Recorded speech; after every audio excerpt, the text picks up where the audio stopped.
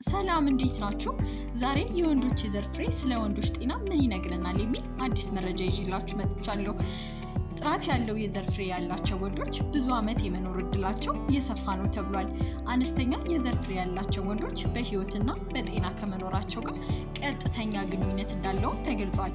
ከሰሞኑ መቀመጫውን ዴንማርክ ያደረገ አንድ የጥናት ተቋም የወንዶች የዘር ፍሬ ጤና እና አጠቃላይ ጤና ጋር ባለው ዝምድና ዙሪያ ያተኮረ የጥናት ውጤት ይፋ ሆኗል። በሰው ልጆች ስነ ተዋልዶ ጤና ላይ ያተኮሩ የጥናት ውጤቶች በሚወጡበት በዚህ አምድ ላይ ከ80 ሺህ በላይ ሰዎች ተሳትፎበታል በተባለው በዚህ ጥናት ላይ እንደተገለጸው የተሻለ ጥራት ያለው የዘር ፍሬ ያላቸው ወንዶች ጤነኛና ረጅም ዕድሜ የመኖር እድላቸው ሰፊ ነው ተብሏል።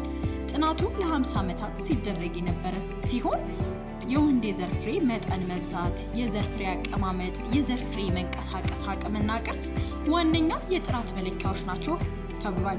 በተለይም የዘር ፍሬ ፈሳሽ መጠኑ በአማካይ 120 ሚሊዮን እና ከዛ በላይ ያላቸው ወንዶች ከዚህ መጠን በታች ካላቸው ሰዎች ጋር ሲነጻጸሩ በትንሹ 3 ዓመት እና ከዛ በላይ በህይወት እንደሚኖሩ በጥናቱ ላይ ተጠቅሷል። በኮፐንሃገን ዩኒቨርሲቲ ሆስፒታል በተደረገው በዚህ ጥናት ላይ የተሳተፉትና የቡድኑ አስተባባሪ ዶክተር ላርክ ፕሪንክሰን ለዩሮኒውስ እንዳሉት አነስተኛ የዘር ፍሬ ያላቸው ወንዶች በህይወት የሚኖሩበት እድሜ አነስተኛ እንደሚሆነው ጥናቱ የጠቆመው ብለዋል።